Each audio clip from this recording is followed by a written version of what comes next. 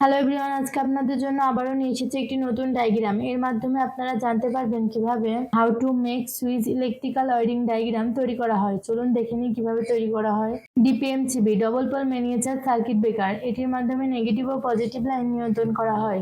আরসিবিও night lamp, switch 1 switch 2, positive line ডিপিএমসিবিতে connection দেওয়া হলো, নেগেটিভ লাইন ডিপিএমসিবিতে কানেকশন দেওয়া হলো, পজিটিভ লাইন ডিপিএমসিবি থেকে আরসিবিওতে কানেকশন দেওয়া হলো, নেগেটিভ লাইন ডিপিএমসিবি থেকে আরসিবিওতে কানেকশন দেওয়া হলো, পজিটিভ লাইন আরসিবিও থেকে সুইচ 2 তে কানেকশন দেওয়া হলো, আউটপুট লাইন সুইচ 2 থেকে সুইচ 1 এ কানেকশন দেওয়া হলো, সুইচ 1 থেকে আউটপুট লাইন নাইট ল্যাম্পে কানেকশন দেওয়া হলো, নেগেটিভ লাইন আরসিবিও থেকে লাইট ল্যাম্পে কানেকশন দেওয়া হলো।